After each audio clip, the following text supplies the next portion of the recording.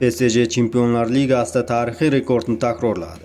PSG yakuniga yetgan mavsumda Chempionlar Ligasi doirasidagi o'yinlarda 45 ta gol urib, musobaqa tarixidagi eng yaxshi natijalardan birini takrorladi. Parij klubi nafaqat bosh sovrinni qo'lga kiritdi, balki hujumkor futbol borasida ham o'z nomini rekordlar qatoriga yozdirdi.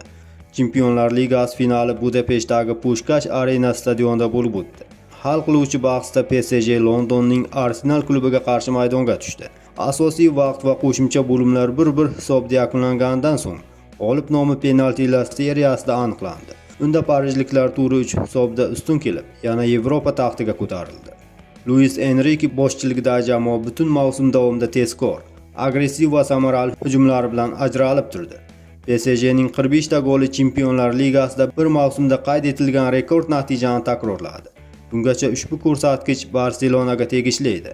Kataloniyaliklar 1999-2000-yilgi mavsumda 45 marta raqiblar darvozasini ishg'ol qilgan. Bu natija PSGning bugungi kunda faqat sovrinlar uchun kurashadigan emas, balki Yevropada eng tomoshabop va xavfli hujumga ega jamoalardan biriga aylanganini ko'rsatadi. Parijliklar play-off bosqichlarida ham o'z uslubidan voz kechmadi va hal qiluvchi pallalarda kerakli natijani qo'lga kirita oldi. Eng muhimi, PSG tarixda ketma-ket ikkinchi marta Chempionlar Ligasini qo'lga kiritdi. Bu klub uchun yangi davr boshlanganini anglatadi.